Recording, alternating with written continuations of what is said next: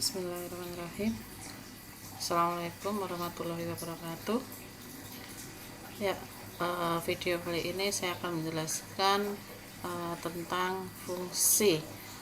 Fungsi di sini yang saya gunakan ada dua kombinasi, yaitu fungsi dengan tipe void dan fungsi dengan tipe non void. Untuk penjelasan fungsi itu apa, itu bisa dilihat penjelasan materi tentang fungsi sudah saya upload di YouTube videonya.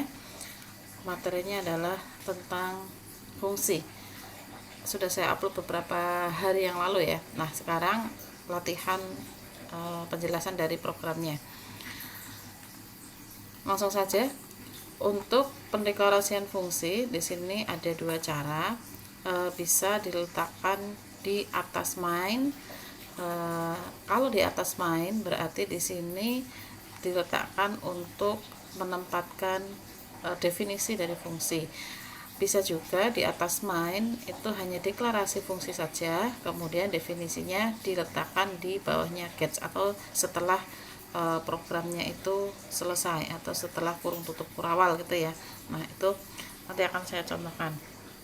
Nah, yang pertama di sini ada 1, 2, 3, 4, ada 4 fungsi.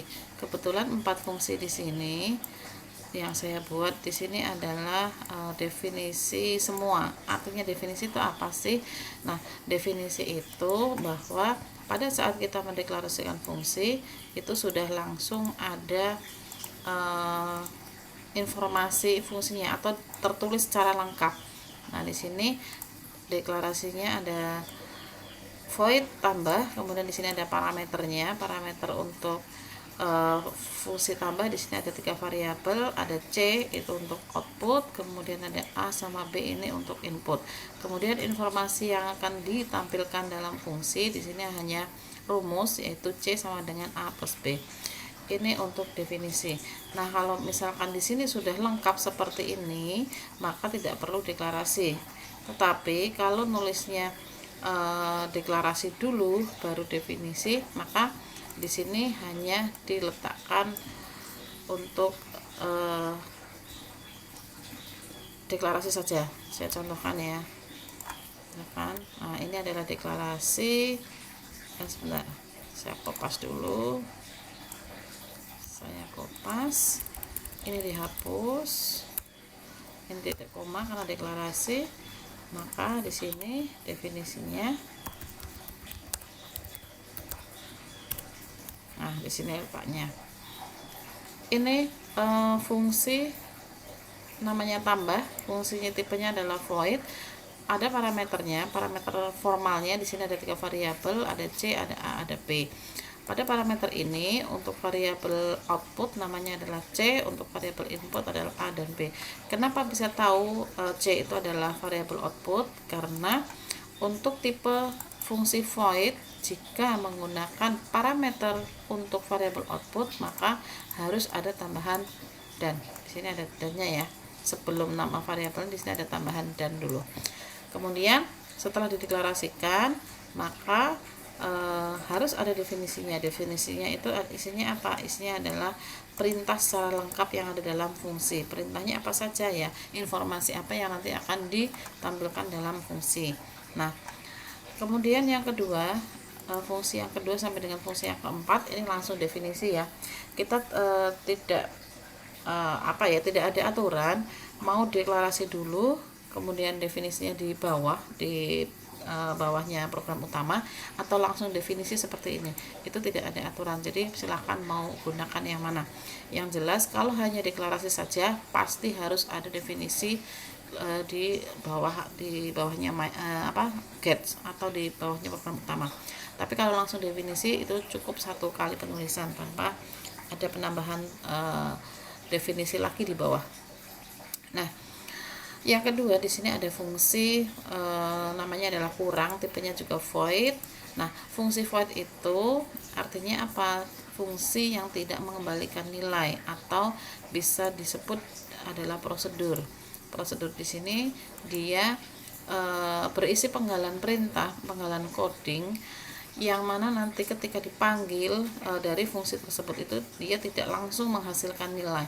Jadi ketika nanti fungsi tambah dan kurang ini kita panggil outputnya, maka dia tidak bisa langsung mengeluarkan hasil dari variabel C. Nah, untuk variabel output di sini ada variabelnya 3 juga untuk variabel parameternya.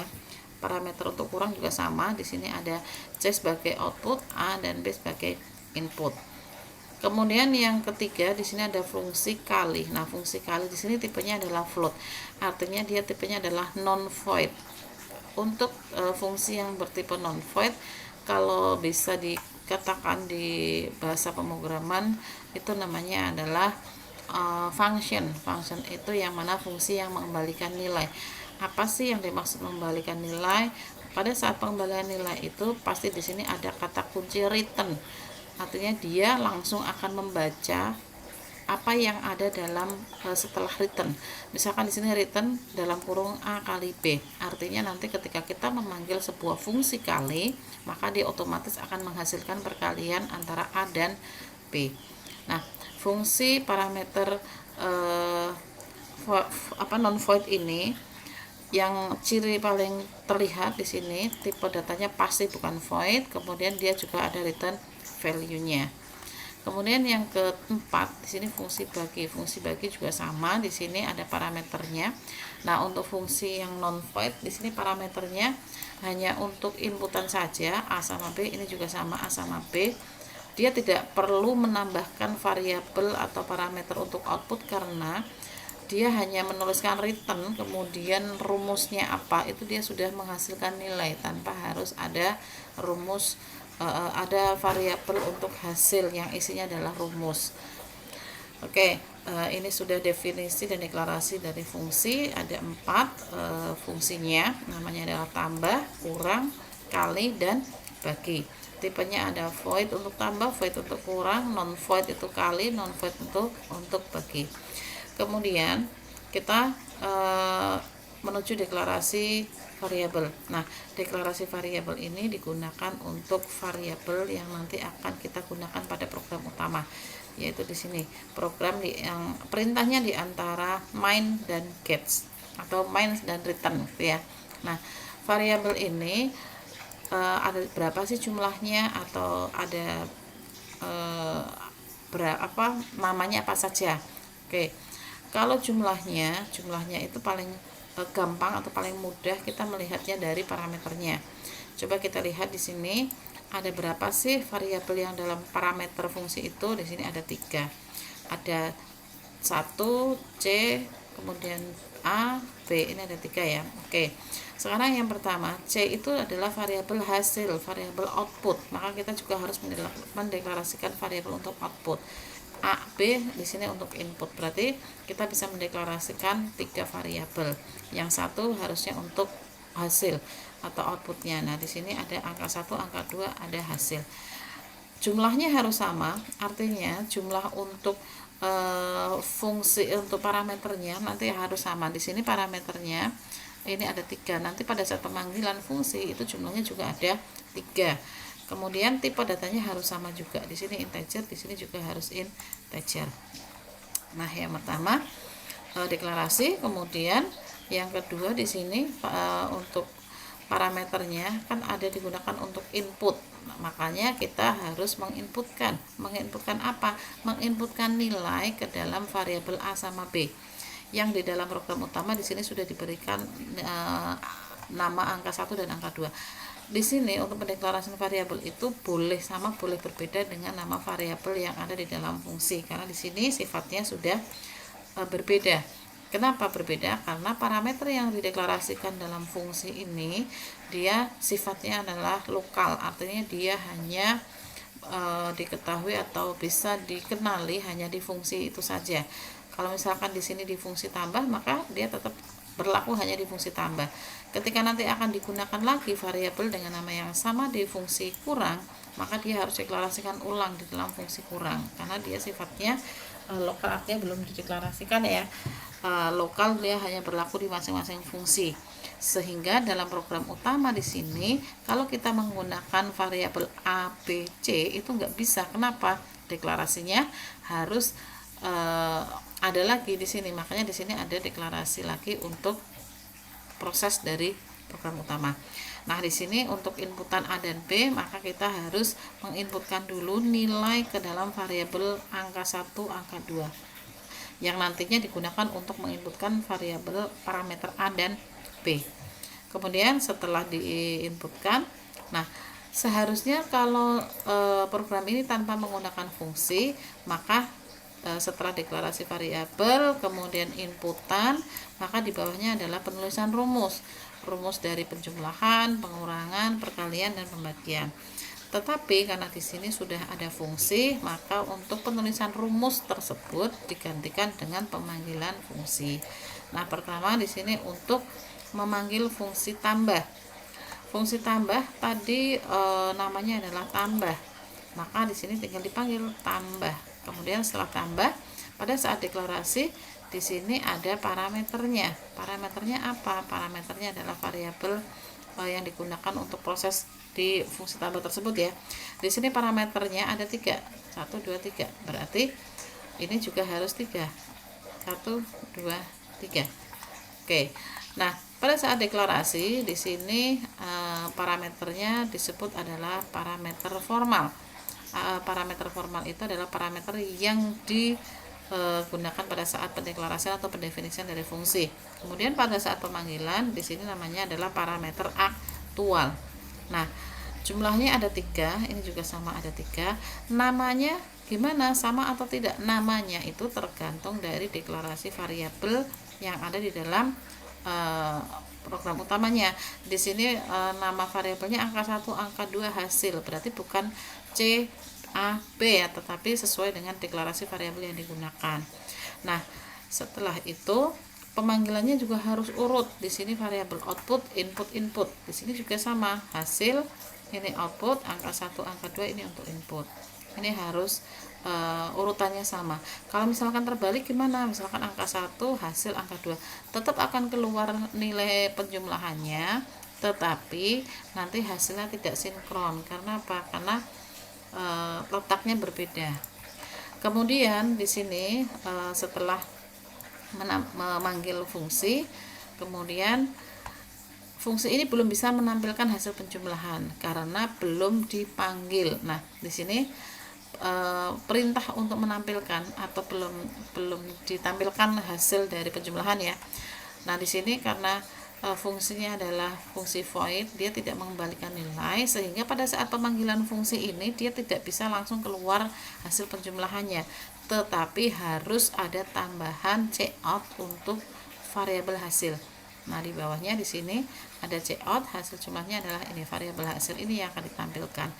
Variabel hasil ini adalah variabel yang digunakan untuk output tadi, yaitu di parameter formal maupun aktualnya dia sebagai hasilnya.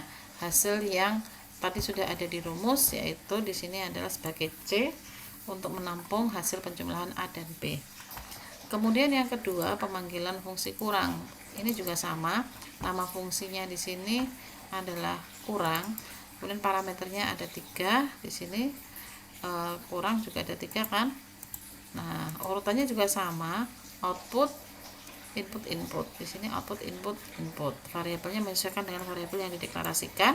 Kemudian karena dia fungsinya adalah fungsi void atau tidak mengembalikan nilai, sehingga pada saat pemanggilan fungsi dia belum bisa menampilkan hasil dari pengurangan angka 1 dan angka 2, sehingga harus ada bantuan menampilkan nilai dari variabel hasil. Kemudian pemanggilan fungsi yang ketiga yaitu pemanggilan fungsi kali. Nah, fungsi kali di sini sifatnya apa? Sifatnya adalah non void. Dia di sini tipenya float. Artinya dia bisa mengembalikan nilai. Karena di sini ada kata kunci, ada returnnya, sehingga pada pemanggilan fungsi tidak perlu seperti fungsi 1, 2. Di sini tuliskan pemanggilan fungsinya, baru dipanggilkan hasil outputnya atau variabel yang menghasilkan nilai akhirnya. Nah, ini kan 2 kali pemanggilan. Tetapi kalau fungsi dengan tipe yang non void di sini tidak perlu pemanggilan 2 kali, tetapi bisa langsung seperti ini. Jadi cout hasilnya adalah variabel nama fungsinya, nama fungsinya adalah kali, kemudian parameternya di sini parameternya ada 2, A dan B. Berarti angka 1 dan angka 2. Kemudian untuk pemanggilan fungsi bagi di sini juga sama, tipenya adalah non void atau float. Di sini parameternya juga ada 2, A dan B digunakan untuk input, kemudian returnnya dia langsung mengembalikan nilai balik atau langsung menghasilkan perkalian A dan B, sehingga pemanggilannya langsung cout. Hasil baginya adalah fungsi bagi, kemudian parameternya ada 2. Oke, kalau sudah kita coba jalankan ya. Sebentar, ini kadang jadi nggak jalan. Oke, kita running, hasilnya angka 1 misalkan 7, angka 2 3. Hasil penjumlahannya adalah 10, hasil pengurangannya adalah 4, hasil perkaliannya 21, hasil pembagiannya adalah 2,33. Nah, ini sama halnya ketika kita tidak menggunakan fungsi, hasil dari operasi matematika ini juga sama. Operasi kalkulator ini ya, penjumlahan, pengurangan, perkalian, dan pembagian itu juga sama. Yang membedakan itu hanya pada saat penulisannya. Nah, jadi kalau programnya ini kita masih simple, ketika kita menggunakan fungsi itu kurang tepat. Kenapa? Karena kita menuliskannya jadinya banyak. Harus mendeklarasikan fungsi, kemudian definisi, kemudian pemanggilan dari fungsi. Kalau tanpa fungsi langsung rumus, kemudian dipanggil, hasilnya selesai. Tetapi fungsi ini akan sangat bermanfaat ketika kita sudah membuat program yang kompleks, yang jumlah barisnya itu sudah ratusan bahkan ribuan dari baris coding, sehingga ketika nanti kita buat fungsi di sini kan fungsi utamanya atau manfaatnya, tujuannya adalah untuk memenggal-menggal coding. Artinya kita potong-potong codingnya sesuai kebutuhan. Jika nanti akan dipanggil ulang, bila mana nanti akan dipanggil ulang, maka nanti akan ada penghematan tempat. Artinya apa? Ketika definisinya sudah sekali seperti ini, nanti ketika kita akan panggil dimanapun tempatnya, dia langsung bisa menampilkan hasil tanpa harus menuliskan ulang, sehingga akan menghemat waktu, menghemat tempat. Kemudian kalau misalkan ada error juga nanti errornya hanya bersifat di fungsi tersebut saja. Oke, ini untuk fungsi void dan non void. Nah, saya lanjutkan untuk selanjutnya. Di sini ada fungsi masih sama kasusnya dengan kalkulator, tetapi di sini parameternya berbeda. Nah, parameternya di sini, kalau tadi parameternya variabel biasa, kalau di sini parameternya adalah menggunakan pointer. Nah, materi pointer kemarin sudah saya jelaskan di minggu sebelumnya. Materi yang pointernya juga sudah saya upload ya. Nah, di sini untuk nama fungsinya saya buat sama persis, hanya yang dibedakan di sini adalah untuk parameternya. Nah, parameter pointer di sini ada syaratnya. Syaratnya apa? Syaratnya parameter pointer itu hanya bisa digunakan pada parameter hasil, pada parameter outputnya, bukan variabel inputan, tetapi digunakan untuk variabel output. Jadi parameter pointer itu hanya digunakan pada parameter output di dalam fungsi yang bertipe void. Pada fungsi yang tipenya non void itu tidak bisa digunakan untuk parameter pointer. Jadi syaratnya ada 2 ya. Parameter pointer itu digunakan pada fungsi yang tipenya void dan hanya bisa digunakan sebagai parameter untuk output. Nah, di sini nama fungsinya adalah jumlah, tipenya adalah void, kemudian parameternya ada 3, CML, A, B. Nah, di sini ada 3 parameter yaitu jumlah, A dan B. Untuk input di sini masih sama A dan B, untuk hasil di sini jumlah. Nah, di sini menggunakan parameter pointer. Cirinya adalah ada tanda bintangnya. Jadi pointer itu ada 2 simbol ya, ada 2 simbol yang nanti harus kita pahami, yaitu ada bintang dan ada tanda dan. Nah, bintang di sini digunakan untuk pendeklarasian dari variabel, di sini variabelnya adalah variabel untuk parameter outputnya. Kemudian rumusnya juga di sini ada tanda bintangnya. Jadi informasi yang ada dalam fungsi jumlah di sini isinya adalah untuk rumus penjumlahan A dan B yang nanti hasilnya ditampung dengan variabel jumlah yang dia sebagai pointer. Kemudian kali di sini juga sama digunakan untuk parameter outputnya. Nah, untuk informasi atau rumus yang ada dalam fungsi kali di sini, jumlah di sini merupakan pointer, isinya apa? Isinya adalah perkalian A dan B. Nah, di sini ini ada floatnya. Ini tipe casting ya, tipe casting di kelas teori sudah saya jelaskan sih, cuman mungkin saya ulang aja ya. Tipe casting itu adalah tipe data bentukan yang bersifat sementara. Nah, di sini untuk variabel parameter jumlah A dan B tipenya kan integer. Kalau misalkan kita akan merubah salah satu dari variabel tersebut menjadi tipe data yang berbeda, contohnya sebagai float, maka bisa dibuat seperti ini. Ini namanya adalah tipe casting. Artinya bahwa variabel A dalam parameter kali ini dia tipenya sudah berubah menjadi float. Kemudian parameter tipe casting ini untuk tipe data sementara yang ada di A ini tipenya adalah sementara. Artinya A itu nanti bisa digunakan dengan variabel nanti kembali lagi untuk penggunaan selanjutnya adalah A sebagai tipe data integer. Kemudian di sini untuk fungsi yang selanjutnya adalah fungsi bagi. Fungsi bagi di sini dia tidak bisa menggunakan parameter pointer ya. Di sini contohnya parameternya ada 3 juga, ada jumlah untuk output, kemudian input A, input B. Nah, di sini jumlah rumusnya apa? Jumlah sama dengan A bagi B, return jumlah. Nah, seperti ini bisa, artinya untuk fungsi yang tipenya non void langsung return A bagi B itu boleh di sini A bagi B. Tapi kalau misalkan mau menambahkan rumus, misalkan jumlah sama dengan A bagi B, maka returnnya juga jumlah, langsung outputnya adalah jumlah. Ini juga boleh. Jadi bebas mau menuliskan rumusnya juga boleh, mau langsung seperti ini juga boleh, mau langsung di sini isinya adalah pembagian A dan B itu juga boleh. Kemudian di sini untuk fungsi mode, nah di sini menggunakan pointer juga. Pada saat penggunaan pointer berarti nanti tipe fungsinya adalah void bukan non void ya. Nah, di sini untuk rumusnya juga sama, ada bintangnya. Kurang juga sama. Nah, sekarang masuk ke deklarasi.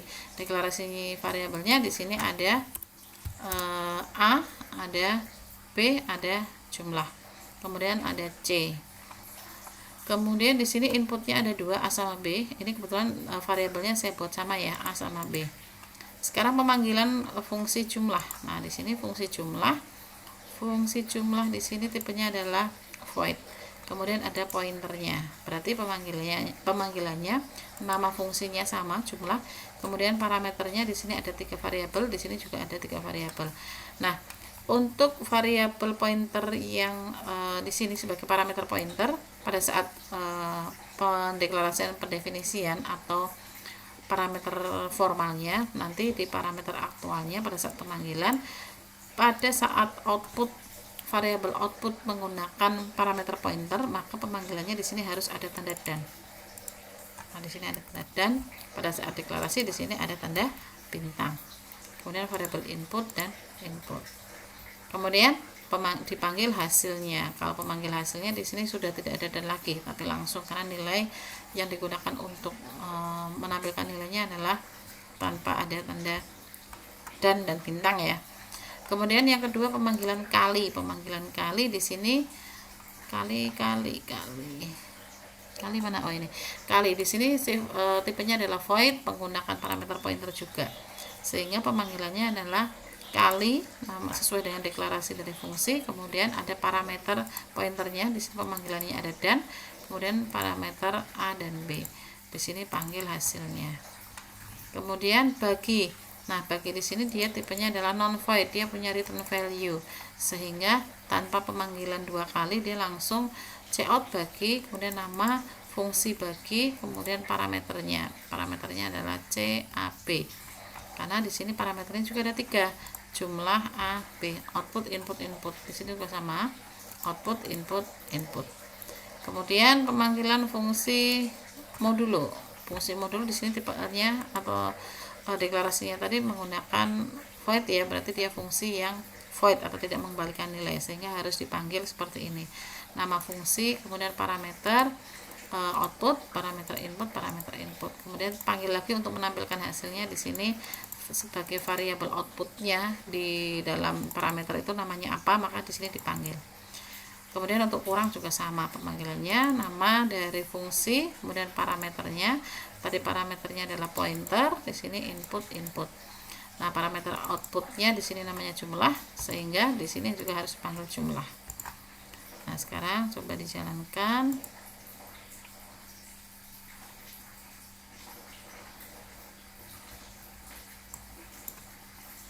Nah, 6 kemudian 5. Nah, di sini jumlahnya 6 tambah 5 11 dikali itu ada 30. Sebentar. Ya. Penjumlahannya 6 tambah 5 11, kemudian 6 kali 5 30 dibagi 6 dibagi 5 1,2.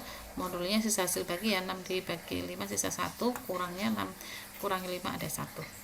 Oke, ini untuk penjelasan dari contoh fungsi ya, fungsi dengan parameter pointer dan fungsi dengan parameter variabel biasa. Nah, mungkin ini yang bisa saya jelaskan. Jika nanti ada yang mau ditanyakan, bisa ditanyakan pada saat perkuliahan ya. Terima kasih, semoga bermanfaat. Assalamualaikum warahmatullahi wabarakatuh.